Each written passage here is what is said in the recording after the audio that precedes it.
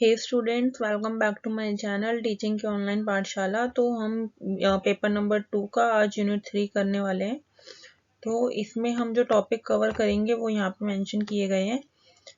Semester system, grading system, credit system, online examination system, question bank, open book system and exam on demand, और one more is diagnostic and remedial teaching. तो ठीक है, अगर आप मेरे channel पे नए हैं तो पहले आप मेरे चैनल को सब्सक्राइब कर लेना। एंड बाकी के यूनिट 1 एंड यूनिट 2 भी अपलोडेड है, आप चैनल पे जाकर देख सकते हैं। ठीक है, तो चलिए अब शुरू करते हैं। सबसे पहला टॉपिक है हमारा सेमेस्टर सिस्टम।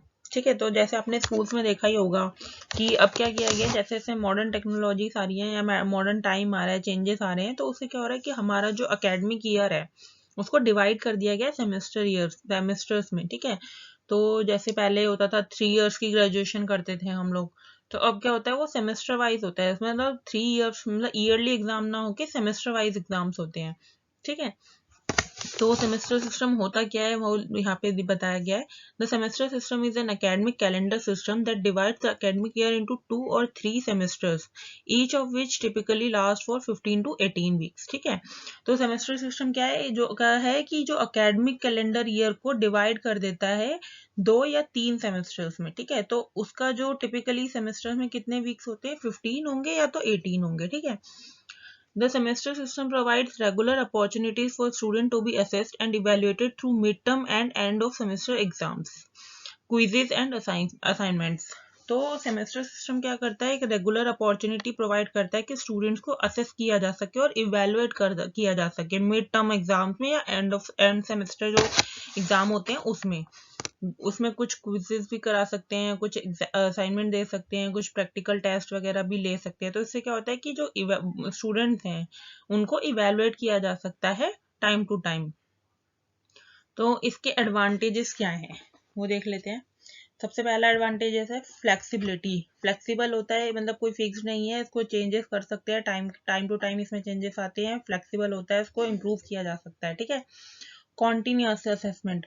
कॉन्टिन्यूअस है यानी कि मिड टर्म में होता है, तो कॉन्टिन्यूअस इसको इसलिए कहा गया है, हमेशा मतलब एक एकेडमिक कैलेंडर ईयर को डिवाइड कर देता है ये, और कॉन्टिन्यूसली असेस करता जाता है थ्रू आउट द कोर्स, तो इसीलिए इसको कॉन्टिन्यूअस असेसमेंट कहते हैं। ठीक है, अपॉर्चुनिटीज फॉर इम्प्रूवमेंट। अब ऑब्वियस सी बात है, जब अगर ड्यूरिंग द कोर्स असेसमेंट होगा तो अपॉर्चुनिटीज मिलेंगी इम्प्रूवमेंट के लिए। ठीक है, तो अगर कहीं पे कुछ वीकनेस है या कुछ स्टूडेंट्स हैं जो अच्छा नहीं स्कोर कर पा रहे हैं, तो उनको अपॉर्चुनिटीज प्रोवाइड करता है कि वो अपने इम्प्रूवमेंट कर सके अपने जो अपने कोर्स में। ठीक है, improved faculty student interaction. Faculty यानी कि जो स्कूल है और स्कूल और स्टूडेंट का जो इंटरेक्शन है उसको इम्प्रूव करता है। मतलब स्कूल क्या कर रहा है, टाइम टू टाइम असेस कर रहा है स्टूडेंट की लर्निंग को, तो उसका इंटरेक्शन जो हो रहा है वो इम्प्रूव हो रहा है। ठीक है, इम्प्रूव्ड लर्निंग आउटकम्स। इससे क्या होता है, लर्निंग आउटकम इम्प्रूव होते हैं। मतलब अगर आपको पूरा साल का पेपर मतलब पूरे एकेडमिक ईयर के पेपर जब वन टाइम होते हैं तो पूरा लोड एक साथ आ जाता है, तो बच्चे क्या करते हैं उतना ज़्यादा अच्छे से अचीव नहीं कर पाते। अगर उसको डिवाइड कर दिया जाता है 2 या 3 टर्म्स में, तो वो उनके लिए ईजी हो जाता है, और जो लर्निंग आउटकम्स होते हैं ना काफ़ी इम्प्रूव हो जाते हैं इससे। ठीक है, तो इसके कुछ डिसएडवांटेजेस भी हैं, तो वो भी यहाँ पे दिए गए हैं। High stress level. ठीक है, तो इससे क्या होता है कि बच्चों का और स्कूल का भी कहीं ना कहीं स्ट्रेस लेवल थोड़ा सा हाई हो जाता है, क्योंकि बार बार एग्जाम्स लेना, उसकी प्रिपरेशन करना, प्रैक्टिकल फाइल्स, असाइनमेंट, क्विजेस, ये सारे क्या है ना एक बर्डन, मतलब एक बर्डन बना देते हैं बच्चों पे भी और टीचर्स पे भी। तो कहीं ना कहीं इससे क्या हो रहा है, स्ट्रेस लेवल जो है वो बढ़ रहा है। Difficulties with transferring credits. तो जो क्रेडिट ट्रांसफर में भी डिफिकल्टीज आ रही हैं बहुत ज़्यादा, जो सेमेस्टर वाइज एग्जाम्स होते हैं उसमें। क्रेडिट ट्रांसफरिंग मतलब जैसे क्या होता है कि जो यूनिवर्सिटीज़ होती हैं या स्कूल्स होते हैं उनको मतलब काफ़ी डिफिकल्टीज होती है कि कितना कितना कंटेंट किस किस सेमेस्टर में डिवाइड किया जाएगा, किस बेसिस पे मार्क्स को डिवाइड किया जाएगा सेमेस्टर का उसमें। तो ये सारी चीज़ें ना स्कूल के लिए काफ़ी डिफिकल्टी मतलब जनरेट करती है। Limited time for deep learning. अब इससे क्या होगा, अब आपके जैसे मान लो आपका बार बार एग्जाम्स हो रहे हैं, सेमेस्टर वाइज एग्जाम्स हो रहे हैं, जल्दी जल्दी या रिपीटेड मोड पे एग्जाम्स हो रहे हैं, तो इससे क्या होता है कि जो डीप लर्निंग है वो आप नहीं कर पाते हैं, तो स्टूडेंट्स के लिए काफी मुश्किल होती है, वो डीप लर्निंग नहीं कर पाते। उन्होंने जितना लर्न किया उसी के बेसिस पे उनका एग्जाम हो गया, फिर उन्होंने नेक्स्ट लर्निंग की जो भी आगे पढ़ाई करी, फिर एग्जाम हो गया, तो उस तरीके से क्या है, डीप लर्निंग को कहीं ना कहीं लैक हो रहा है इसमें। Limited opportunity for remedial classes. अब रेमेडियल क्लासेस के लिए भी अपॉर्चुनिटीज नहीं बच पा रही है इतनी, क्योंकि एग्जाम्स का प्रेशर होता है, बार बार सेमेस्टर में एग्जाम्स होने होते हैं, एक सेमेस्टर खत्म होता है, दूसरे की प्रिपरेशन करोगे या फिर आप पीछे की रेमेडियल क्लासेस लोगे, तो कहीं ना कहीं वहां पे ये लैक ऑफ अपॉर्चुनिटीज हो जाता है for remedial classes. Difficulty in coordinating courses. देखिए क्लास में एक कोर्स तो हमारे पास होता नहीं है, ठीक है, मतलब एक सब्जेक्ट तो नहीं पढ़ते ना हम, 4 5 6 सब्जेक्ट बच्चों को दिए जाते हैं, ठीक है, तो उन सारे कोर्सेज में जो कोऑर्डिनेशन बनाने में काफी प्रॉब्लम आती है, क्योंकि अगर एक ही कोर्स है तो सेमेस्टर वाइज चल रहा है तो फिर ठीक है, हो जाता है, बट अगर आपके पास 4 5 कोर्सेज हैं या 4 5 सब्जेक्ट है, उन सबकी प्रिपरेशन करना, उन सबके एग्जाम्स देना, तो उस चीज में क्या होता है कि कोऑर्डिनेशन में काफी चैलेंजेस आते हैं।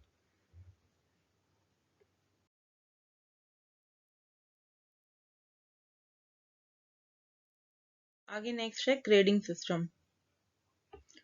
तो ग्रेडिंग सिस्टम, अब जैसे क्या होता है कि मॉडर्न टाइम्स में, अब पहले आपने देखा होगा कि परसेंटेज में मार्क्स मिलते थे या नंबर्स में मार्क्स मिलते थे, आउट ऑफ 100, आउट ऑफ ये, ठीक है, तो अब क्या करा है इन्होंने, स्कूल मोस्टली अब स्कूल्स में क्या होता है कि ग्रेड्स दिए जाते हैं, A B C D, मतलब कुछ इस तरीके से होते हैं, या फिर 10 9 8 9 10 समथिंग कुछ इस तरीके से होते हैं, ठीक है, तो ये जो है बेसिकली यही ग्रेडिंग सिस्टम है कि मार्क्स को या स्कोर्स को हटा के उसको ग्रेड्स में डिवाइड कर देते हैं, जो कि आपका अल्फाबेटिकली चलेगा ABCD, या फिर आपका न्यूमेरिकली में चलेगा तो 1 to 10 चलेगा, ठीक है। तो देखिए क्या लिखा है, generally the grading system is the process by which educator evaluate the performance of the pupil in exams on the standard particular scale, ठीक है, ये स्टैंडर्ड पर्टिकुलर स्केल्स आ गया यहाँ पे, which is based on the points. किसके ऊपर based है, ये पॉइंट्स के ऊपर बेस्ड होता है entirely, and consist of grades like A to F और रेंज लाइक 1 to 10, ठीक है। तो ये ग्रेडिंग सिस्टम वही है कि जो एजुकेटर्स है वो जो स्टूडेंट्स की परफॉर्मेंस को इवेलुएट करते हैं एक स्टैंडर्ड पर्टिकुलर स्केल्स पे, और उनको पॉइंट्स दिए जाते हैं, ना कि उनको एग्जाम्स में नंबर्स दिए जाते हैं, उनको एक पॉइंट्स दिए जाते हैं, ठीक है, जो जनरली कैसे होते हैं, या तो A to F चलते हैं, जैसे जिस बच्चे ने बहुत अच्छा किया, मतलब 100 to 90% वाले बच्चे सबको A ग्रेड मिलेगा, फिर 80 to 90 B, इस तरीके से चलेगा वो F तक, ठीक है, और 1 to 10 चलेगा, जो कि मान लो 91% वालों को 10 नंबर मिले, फिर 80 to 90 वालों को 9 मिले, फिर 70 to 80 वालों को 8 मिले, उस तरीके से चलेगा।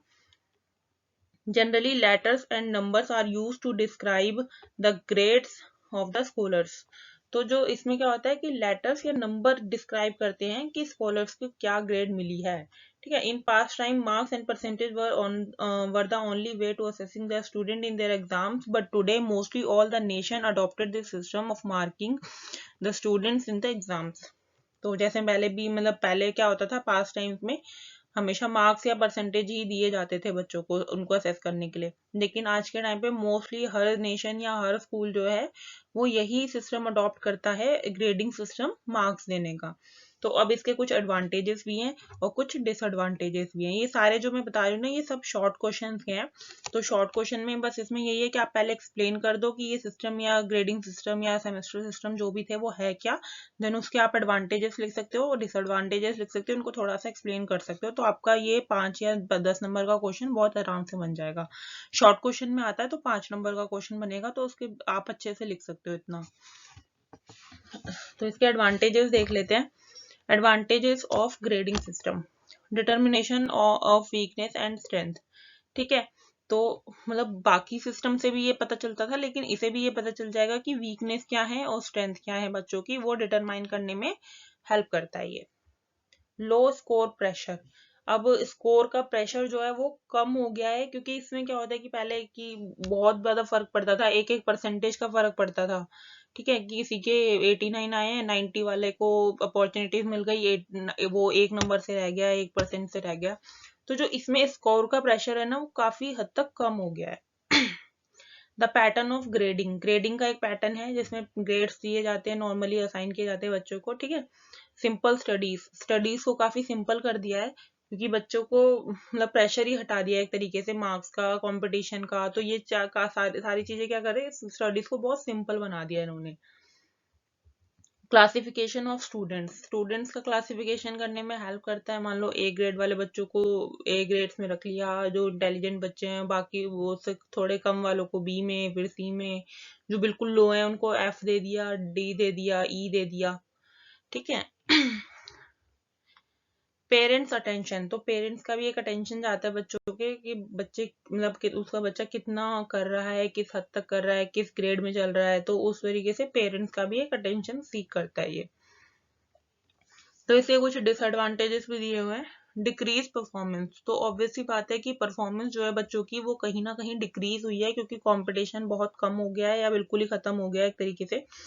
तो इससे क्या हो रहा है कि परफॉर्मेंस डिक्रीज हो रही है कि अब मान लो किसी का बच्चे के 99 परसेंटेज है तो उसको भी ए ग्रेड मिला है, किसी के 91 है तो उसको भी ए मिला है। तो क्या हो रहा है इससे कि उसको कहीं ना कहीं लगेगा कि यार 91 पे भी ए मिल रहा है, 99 पे भी ए मिल रहा है, तो मैं फिर 91 ही ले आऊं, है ना।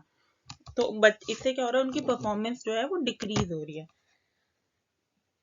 लेस एक्यूरेसी इन रिजल्ट, तो एक्यूरेसी है ही नहीं कहीं पे भी, इसको आप एक्यूरेट नहीं मान सकते क्योंकि ए ग्रेड में आपके 91 वाले बच्चे भी हैं और 99 या 100% वाले बच्चे भी हैं। तो कहीं ना कहीं इसकी एक्यूरेसी डिसाइड करना, उसमें लैक ऑफ एक्यूरेसी इसमें होता है, ठीक है। कंपटीशन डिक्रीज हो गया बिल्कुल ही, क्योंकि कंपटीशन बचा ही नहीं है, ग्रेड्स में कोई कंपटीशन नहीं होता है। डीमोटिवेशन, वही बच्चे डीमोटिवेट हो रहे हैं कि जब इतने मान लो अगर क्राइटेरिया रखा गया है ए ग्रेड का 90%, तो बच्चा 99 के लिए मेहनत करेगा ही क्यों, क्योंकि उन्हें पता है कि भाई कहीं 90 लाकर भी ए ग्रेड मिलना है और 99 ला के भी या 100% ला के भी ए ग्रेड मिलना है। तो ऑब्वियसली बात है कि कहीं ना कहीं ये डीमोटिवेट कर रहा है बच्चों को। इंक्रीज लेथर्जी, ठीक है, लेथर्जी मतलब होता है सुस्ती, सुस्ती को काफी बढ़ावा दिया है इसने क्योंकि बच्चे कहीं ना कहीं सुस्त हो गए हैं कि यार ठीक है इतना भी करेंगे, या प्रैक्टिकल असाइनमेंट में भी ग्रेड्स मिल जाते हैं तो वो भी मार्क्स में ऐड होते हैं, तो उनको लगता है कि कहीं ना कहीं इतने से काम चल जाएगा तो एक्स्ट्रा करने की, एक्स्ट्रा मेहनत करने की जरूरत नहीं है। तो ये क्या कर रहा है, सुस्ती को बढ़ावा दे रहा है।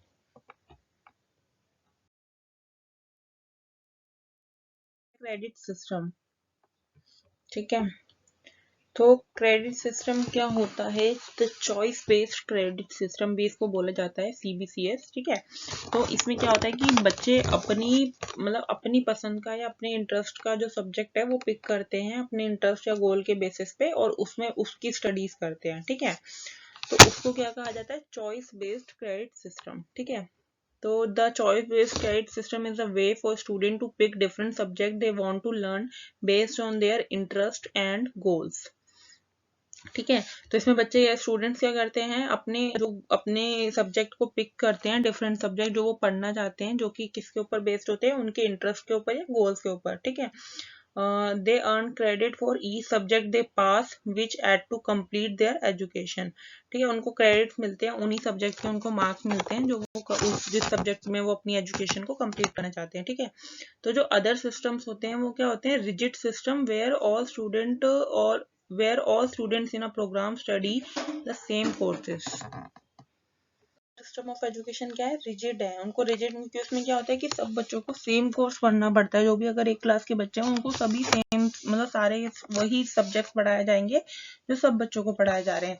लेकिन इस सिस्टम में क्या होता है कि स्टूडेंट्स जो हैं वो अपनी मतलब अपने डिफरेंट कोर्सेज ले सकते हैं अपने इंटरेस्ट या करियर गोल्स के बेसिस पे। तो इसके क्या है, जैसे आपने देखा होगा 11th में बच्चे, कुछ बच्चे आर्ट्स लेते हैं, कुछ कॉमर्स लेते हैं, कुछ साइंस लेते हैं, ठीक है, ताकि जो भी उनका फ्यूचर गोल होता है या करियर गोल्स होते हैं उसके बेसिस पे वो सिलेक्ट करते हैं अपने subject.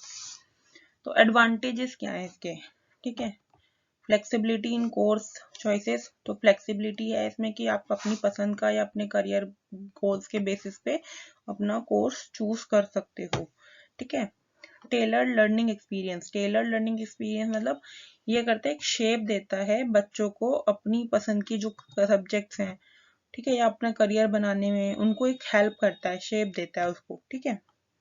Faster course completion possible, अब इसमें क्या होता है कि फास्टर कोर्स मतलब अगर कोई बच्चा ऐसा है जो अपना सब्जेक्ट को जल्दी से ख़त्म कर सकता है या अपना कोर्स कंप्लीट जल्दी, जितना जल्दी हो सकता है अपना कोर्स कंप्लीट कर सकता है, तो वो इसमें पॉसिबल है कि वो अपना कोर्स कंप्लीट करके अपनी आगे की पढ़ाई या आगे का जो भी करना चाहता है वो कर सकता है। इनकरेज इंटरडिसिप्लिनरी स्टडी, तो ये क्या हो रहा है, एक इंटरडिसिप्लिनरी स्टडी को इनकरेज कर रहा है, ठीक है। इन्हांस स्टडी मोबिलिटी, अब इन स्टडी मोबिलिटी को कैसे इन्हांस कर रहा है कि अगर बच्चा मान लो कोई इस स्कूल में कोई बच्चा कर रहा है एक कोर्स, मान लो कोई आर्ट से कर रहा है, ठीक है, अगर वो दूसरे स्कूल में अगर यहाँ से एजुकेशन छोड़ के किसी दूसरे स्कूल में जाता है तो वहीं से उस चीज को शुरू कर सकता है। तो ये मोबिलिटी स्टडी को इन्हांस कर रहा है स्टूडेंट की मोबिलिटी को, ठीक है। अब इसके कुछ डिसएडवांटेजेस भी हैं। एडवांटेजेस क्या है देखते हैं। कॉम्प्लेक्स कोर्स प्लानिंग, ठीक है, तो कोर्स प्लानिंग को कॉम्प्लेक्स इसीलिए है क्योंकि क्या होता है कभी कभी करियर सिलेक्ट करना या फ्यूचर के गोल्स क्या है वो सिलेक्ट करना थोड़ा ट्रिकी होता है, ठीक है। अभी हमें लगता है हम ये कर सकते हैं बट बाद में हमें लगता है कि नहीं ये कर लेते हैं वो बेटर होता है, तो कहीं ना कहीं वो जो ट्रिकीनेस है अपना करियर चूज करने में या तो उसके अकॉर्डिंग क्या होता है कॉम्प्लेक्सिटी आती है कोर्स प्लान करने में, ठीक है। तो कभी कभी गलत कोर्स भी हम प्लान कर लेते हैं फिर आगे जाके हमें प्रॉब्लम होती है।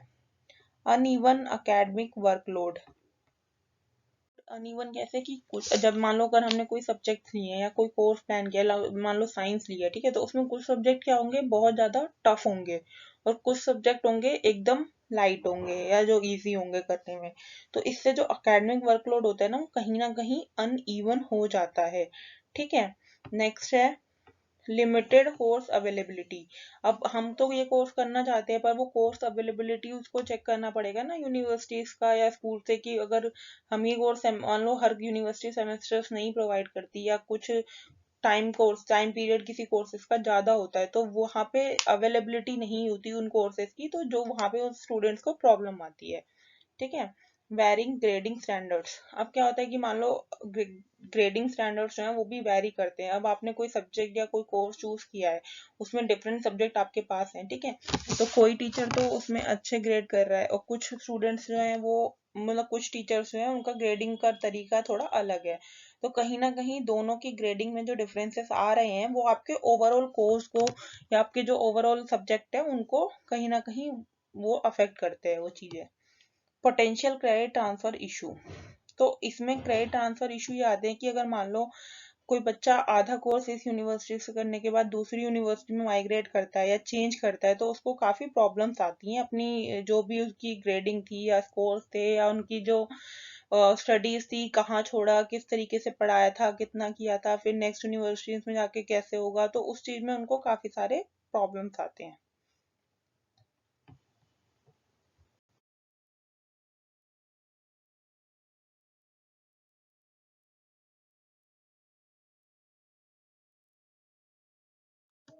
ऑनलाइन एग्जामिनेशन सिस्टम, ठीक है। An online examination is exactly what it says. It's an online system by which learner can be assessed. ठीक है, तो ये क्या है, एक ऑनलाइन सिस्टम है जो कि असेस करता है लर्नर्स को, ठीक है। लर्नर को असेस करने के लिए एक ऑनलाइन सिस्टम बनाया गया है, उसी को ऑनलाइन एग्जामिनेशन कहते हैं, ठीक है। जैसे हम ऑफलाइन एग्जाम्स लेते हैं पेन से लिखते हैं नोटबुक में या कॉपी में या वो पेपर शीट्स होती है, ठीक है। इसमें क्या होता है ऑनलाइन आपका एग्जाम कंडक्ट किया जाता है, ऑनलाइन बच्चों को उसको मतलब ऑनलाइन उसको करना पड़ता है, देन उसी में ऑनलाइन उनको नंबर्स दिए जाते हैं, ठीक है।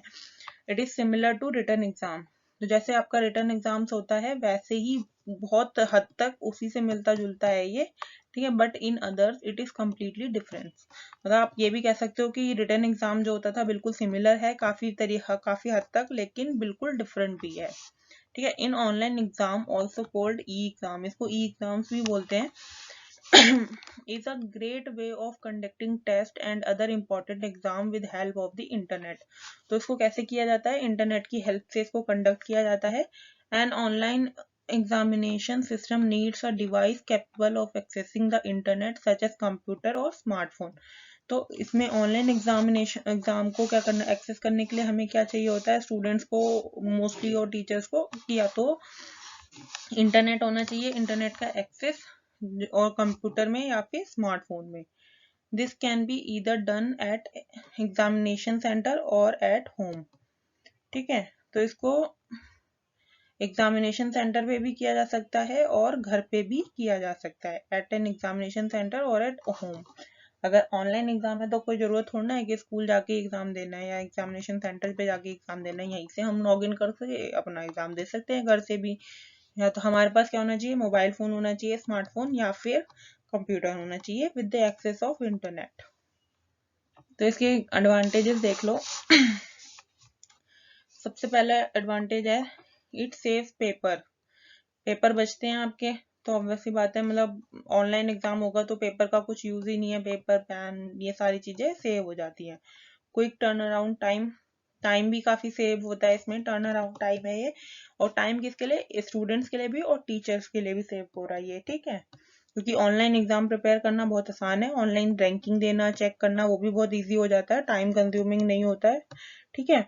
और स्टूडेंट्स के लिए भी ऑनलाइन एग्जाम देना काफी इजी होता है, उनको एग्जामिनेशन सेंटर नहीं जाना पड़ता, घर पे भी दे सकते हैं, वहाँ पे सेंटर पे जाके भी दे सकते हैं। और मतलब इजी होता है, काफी टाइम को सेव करता है ये। इकोनॉमिकल है, ठीक है। तो इसमें पैसे बचते, मतलब इतना महंगा नहीं पड़ता, सस्ता पड़ता है, पैसे बचते हैं इससे, ठीक है। स्टूडेंट्स के भी टीचर्स के भी, मोस्टली टीचर्स के या स्कूल्स के।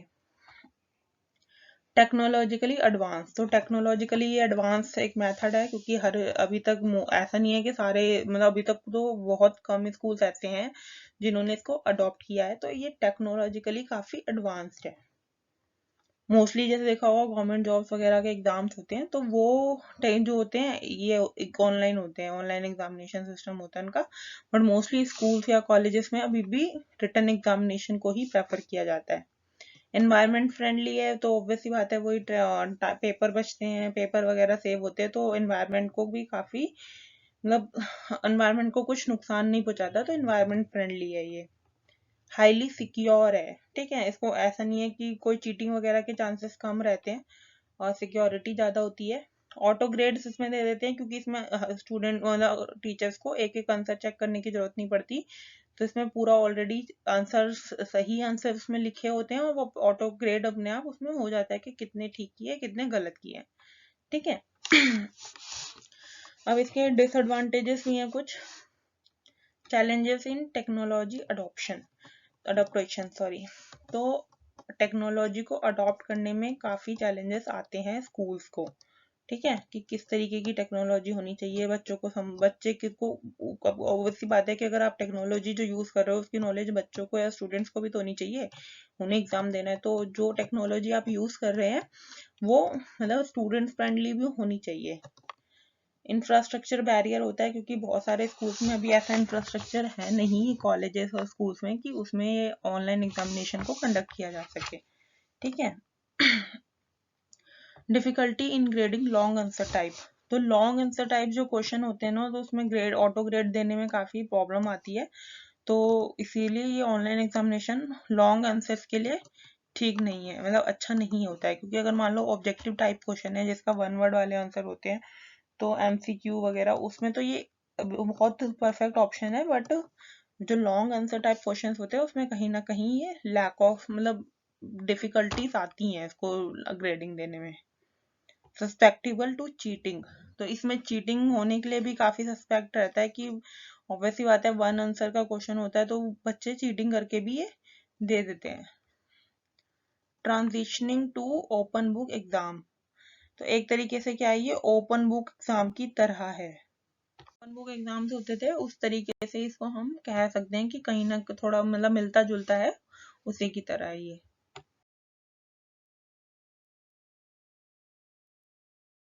अब है क्वेश्चन बैंक, ठीक है। क्वेश्चन बैंक क्या होता है, तो हम ये देखते हैं। A question bank is a collection of question typically used in educational settings such as school colleges and universities, ठीक है। तो ये क्या है, कलेक्शन ऑफ क्वेश्चंस है, मतलब यूनिवर्सिटी स्कूल्स एंड कॉलेजेस क्या करते हैं कि क्वेश्चंस को कलेक्ट करके रखते हैं, कलेक्शन ऑफ क्वेश्चंस, ठीक है। These questions can be multiple choice, true false, short answer, essay और any other type of question used in assessment। ये क्वेश्चंस रखे जाते हैं इस क्वेश्चन बैंक में, मल्टीपल चॉइस भी हो सकते हैं, ट्रू फॉल्स भी हो सकते हैं, शॉर्ट आंसर, ऐसे अदर टाइप क्वेश्चन, हर तरीके के क्वेश्चन इसमें हो सकते हैं, ठीक है। अब इसमें देखते हैं, question bank are often used by instructor ठीक है, and educators to create exams, quiz and other assessment. तो जो असेसमेंट होती है, क्विज होते हैं, एग्जाम्स होते हैं, उनको बनाने के लिए एजुकेटर या इंस्ट्रक्टर जो है वो क्वेश्चन बैंक का यूज करते हैं। They can be stored electronically in a database और physical format such as binder.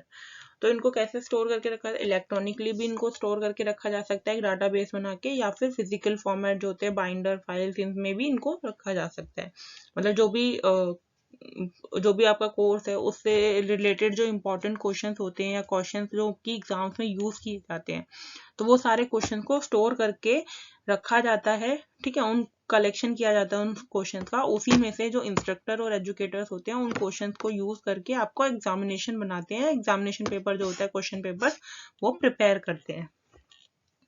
तो इसके एडवांटेजेस क्या है? वैलिडिटी, हमेशा वैलिड होने चाहिए। ठीक है, वैलिडिटी होती है इनकी हमेशा की, अच्छे क्वेश्चंस या जो इम्पोर्टेंट क्वेश्चन जो कि पूरा उसकी कवरेज अच्छी हो, इम्पोर्टेंट हो, वैलिड हो, उन क्वेश्चंस को इसमें रखा जाता है।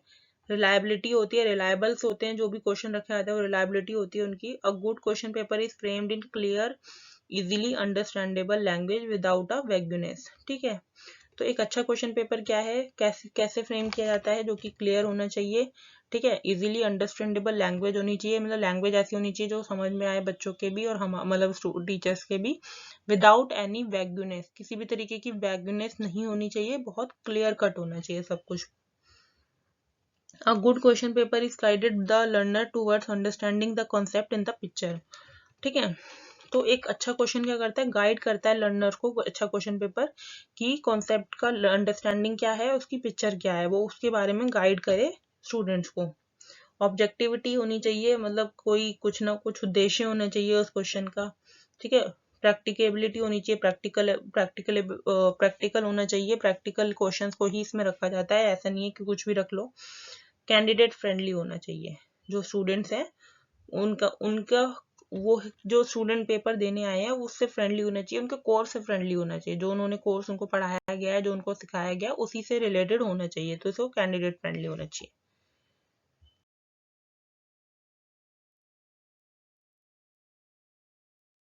ओपन बुक सिस्टम, ठीक है, open book system refers to an assessment method where students are allowed to use their textbook, notes and other study materials during an exams।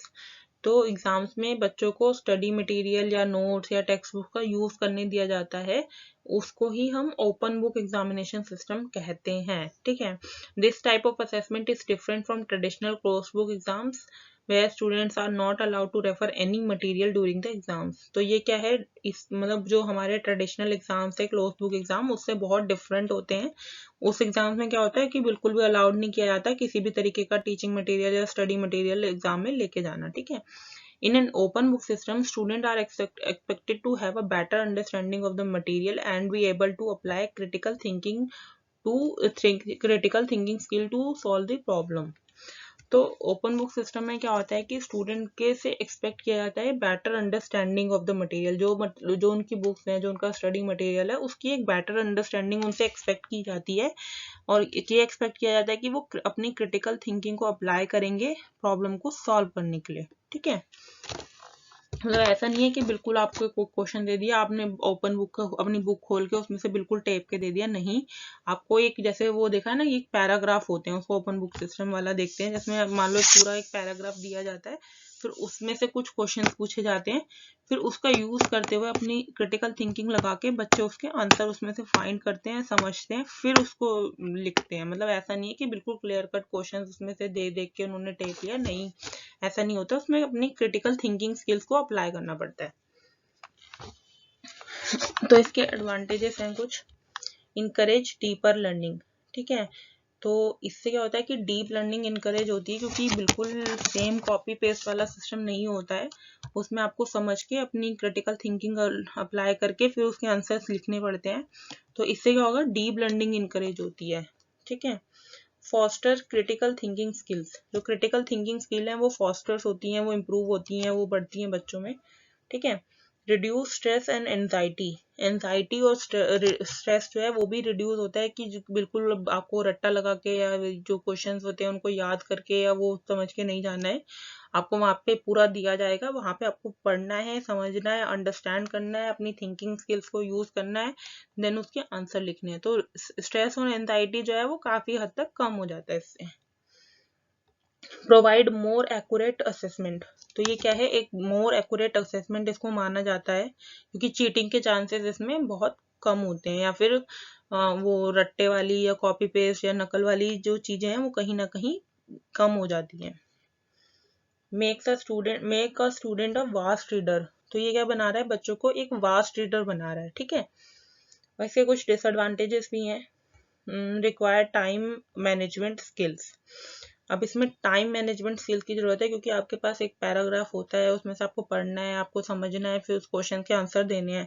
तो आपके पास टाइम मैनेजमेंट स्किल्स होनी चाहिए। ऐसा नहीं है कि आपने पूरा टाइम एक ही क्वेश्चन में या एक ही पैराग्राफ में वेस्ट कर दिया। आपके पास टाइम मैनेजमेंट स्किल होगी तो आप सारे क्वेश्चन को अटेम्प्ट कर पाएंगे with in a given time जो भी है। मे reduce the importance of memorisation, जो मेमोराइजेशन की इम्पोर्टेंस है उसको कहीं ना कहीं ये रिड्यूस कर रहा है, ठीक है।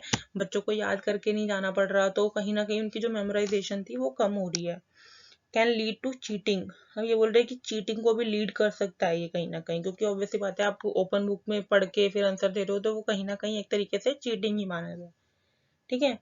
May not be suitable for all subject, अब हर सब्जेक्ट के लिए तो सुटेबल नहीं है, ये इंग्लिश में हो सकता है, हिंदी में हो सकता है, या फिर जो आपके थ्योरी वाले सब्जेक्ट है मोस्टली आप उनमें अप्लाई कर सकते हो। अब मैथ्स हो गया, साइंस में आपके कुछ ऐसे प्रैक्टिकल क्वेश्चंस होते हैं, वहां पे कैसे होगा, तो हर सब्जेक्ट के लिए सुटेबल नहीं है। The number of pass out would increase, इससे क्या होगा, जो पास आउट स्टूडेंट, मतलब नंबर ऑफ पास आउट है कि जो बच्चे पास होते हैं उसके नंबर्स भी बढ़ जाएंगे, मतलब कोई बच्चा फेल ही नहीं होगा जब सब कुछ ओपन बुक सिस्टम से होगा तो, ठीक है। तो कहीं ना कहीं इसके डिसएडवांटेजेस हैं। अब नेक्स्ट है एग्जाम ऑन डिमांड, ठीक है। ऑब्वियसली बात है, इसका नाम देख के समझ में आ रहा है, एग्जाम्स ऑन डिमांड मान लो डिमांड पे एग्जाम्स होना, ठीक है, पर किसकी डिमांड पे, ठीक है। The exam on demand can be stated as follows, allow the students to get assessed when he or she is ready, ठीक है, यानी कि स्टूडेंट के ऊपर बेस्ड है ये, कि एग्जाम ऑन डिमांड का मतलब है कि ये स्टूडेंट को अलाउ करता है कि उनको असेस किया जाए जब वो रेडी हो, मतलब जब स्टूडेंट रेडी होगा जब भी उसको असेस किया जाएगा, ठीक है। Readiness depends on the student and not on the institution, तो इसकी रेडीनेस किस पर डिपेंड हो रही है, स्टूडेंट्स पे डिपेंड होती है, ना कि इंस्टीट्यूशन पे। attempt to remove the stress of appearing in examination whether all subject or one subject at fixed time and schedule, तो ये क्या है, एक अटेम्प्ट है स्ट्रेस को रिमूव करने का, कि आपको एग्जाम में अपीयर होना है, या तो सारे सब्जेक्ट या किसी एक सब्जेक्ट का कोई भी एग्जाम है, मतलब फिक्स टाइम और फिक्स शेड्यूल में आपको अपीयर होने का जो स्ट्रेस होता था वो कम हो रहा है, इससे उसको रिमूव हो रहा है, बिल्कुल हट रहा है। जैसे ये मोस्टली जो होता है NIOS होता है, जो स्कूल ओपन स्कूल्स होते हैं, जो एग्जाम्स करवाते हैं, NIOS है, उस तरीके से वो स्कूल इसको प्रेफर करते हैं, उधर ये प्रेफर किया जाता है, नॉर्मल स्कूल्स में या कॉलेजेस में ऐसा नहीं होता है, ठीक है। तो इसके एडवांटेजेस देख लो, allow the student to get assessed when he she is ready, readiness depends on the student not on the institution, तो वही है, जब स्टूडेंट रेडी होता है तब उसको असेस किया जाता है, ठीक है। रेडीनेस जो है वो डिपेंड करती है स्टूडेंट पे, ना कि इंस्टीट्यूशन पे। और नेक्स्ट है attempt to remove the stress of appearing in examination whether all subject or one subject at a fixed time and fixed schedule, तो मतलब वही है कि फिक्स टाइम या फिक्स शेड्यूल में जो अपीयर होना पड़ता था एग्जामिनेशन सेंटर पे, उसको स्ट्रेस को खत्म कर रहा है, रिमूव कर रहा है, ठीक है। Attempt to remove the threat of failure in examination, जो फेल होने का थ्रेट था एग्जाम्स में उसको भी ये रिमूव करता है, ठीक है। Remove frustration, loss of self esteem, peer group ridicule and depression etcetera, तो फ्रस्ट्रेशन, सेल्फ एस्टीम को लूज करना, पीर ग्रुप रिडिक्यूल था, डिप्रेशन था, इन सब चीजों को ये रिमूव कर रहा है। Knowledge of result is almost immediate and success even in one subject is a strong motivating factor, मतलब knowledge of result क्या है, नॉलेज ऑफ रिजल्ट है, ऑलमोस्ट उन्हें पता ही होता है कि इमीडिएट होगा और सक्सेस होगा, यानी कि पास होना ही होना है। ये इस तरीके के जो एग्जामिनेशन होते हैं उसमें फेल होने के चांसेस बहुत कम कम क्या होते ही नहीं है, ठीक है। तो उनको पता है कि हम मतलब जो भी हमें रिजल्ट आएगा वो सक्सेस ही होगा, पास ही होंगे उसमें, और इमीडिएट होगा वो रिजल्ट, ठीक है। Degree and level of performance is decided by the student who can reappear in the examination many times as one want till satisfied। मतलब जब तक डिग्री ऑफ परफॉर्मेंस जो है वो स्टूडेंट डिसाइड करता है, वो रीअपियर इसमें हो सकता है कितनी भी बार, many times, as one want till satisfied, जब तक सेटिस्फिकेशन ना हो। नेक्स्ट है respect the individuality and sovereignty of each student. तो जो हर स्टूडेंट की इंडिविजुअलिटी को और सोवर्जिनिटी को रिस्पेक्ट किया जाता है यहाँ पे, ठीक है। No need to wait for the 6 monthly term end examination. इसमें कोई ऐसा नहीं है कि आपको 6 मंथ का टर्म एंड एग्जामिनेशन का वेट करना पड़ेगा। अगर आप रेडी हो तो आप कभी भी एग्जाम दे सकते हो, ठीक है। Student can register online for on demand exam for any time from anywhere, ठीक है। तो ऑन डिमांड एग्जामिनेशन के लिए ऑनलाइन रजिस्टर कर सकता है स्टूडेंट कहीं से भी, ठीक है, किसी भी टाइम और कहीं से भी।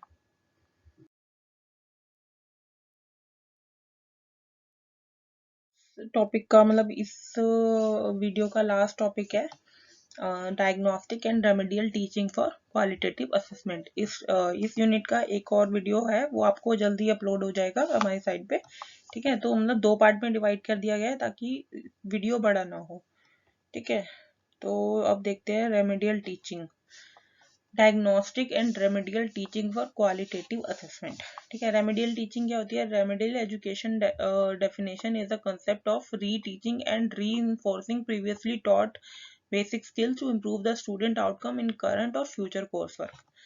तो रेमेडियल एजुकेशन का मतलब ही पता है, वो ये होता है कि जैसे री टीच करना या री इन्फोर्स करना प्रीवियसली टॉट बेसिक स्किल को, यानी कि जो पहले से पढ़ाया हुआ है उसी को दोबारा से पढ़ाना ताकि इम्प्रूव किया जा सके स्टूडेंट के आउटकम को करंट में और फ्यूचर में।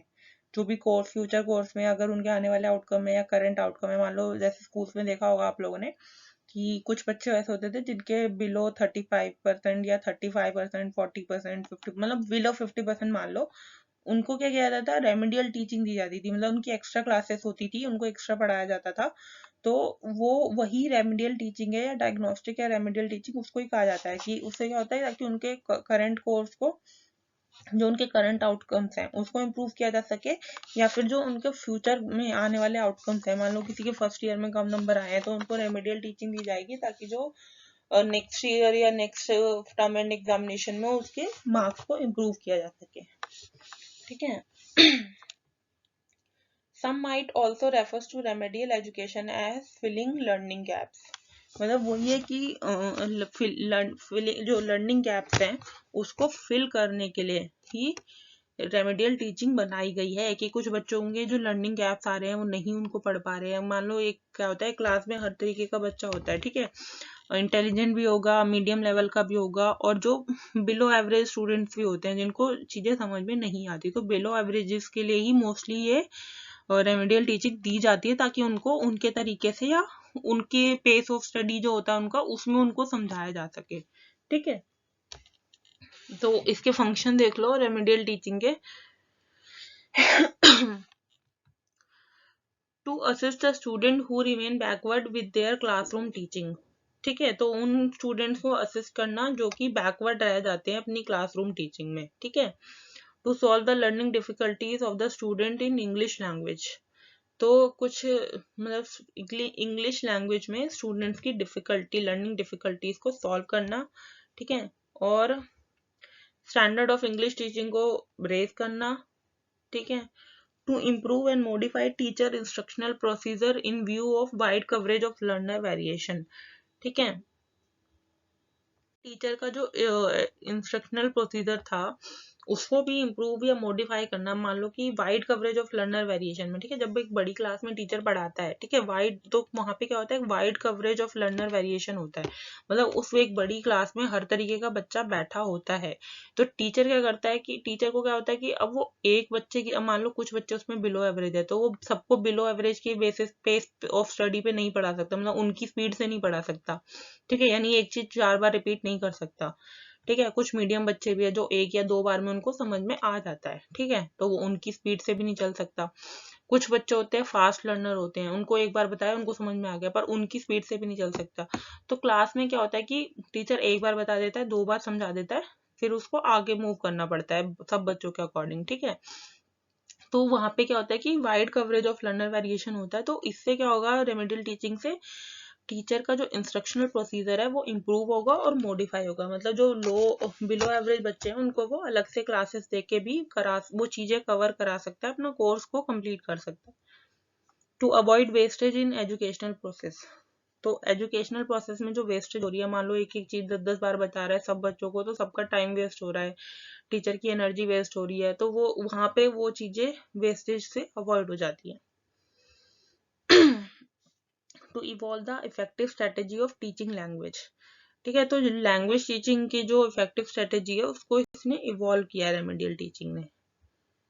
To train the student in independence, self-learning, self-correction based on the principle of learning to learn, ठीक है। तो ये क्या करता है, स्टूडेंट को ट्रेन कर रहा है कि वो इंडिपेंडेंटली पढ़ सकें या उनकी सेल्फ लर्निंग हो सके, सेल्फ करेक्शन मतलब खुद का करेक्शन कर सकें, ठीक है। जो भी principle of learning to learn है उसके बेसिस पे वो अपने आप में करेक्शन कर सकते हैं स्टूडेंट्स।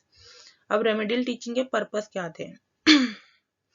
इससे क्या है कि डेवलप होती है listening skill of the people, reading skills of the people, speaking and writing skill of the people. मतलब हर बच्चे की, जो रेमेडियल टीचिंग में क्या होता है कि हर बच्चे को रीडिंग कराई जाती है, लिसनिंग की स्किल उनकी डेवलप होगी, रीडिंग की डेवलप होगी, फिर स्पीकिंग भी डेवलप होगी और राइटिंग भी डेवलप होगी। तो ये सारे मतलब रेमेडियल टीचिंग का पार्ट है। इसमें आप उसकी डेफिनेशन लिख सकते हो, उसके बारे में एक्सप्लेन कर सकते हो, देन फंक्शन लिख देना, देन पर्पस लिख के, ये आप 5 नंबर का क्वेश्चन है, ये आपका अच्छे से कवर हो जाएगा, ठीक है। तो अगर आपको वीडियो अच्छा लगा हो तो प्लीज़ लाइक एंड शेयर करना स्टूडेंट्स बीएड स्टूडेंट्स के साथ। एंड अब इसका जो सेकंड पार्ट है वो भी हमारी साइट पे जल्दी अपलोड हो जाएगा हमारे चैनल पे, तो आप उसे भी जाके देख लेना, ठीक है। और प्लीज़ वीडियो को लाइक करना एंड चैनल को सब्सक्राइब करना। Thank you so much.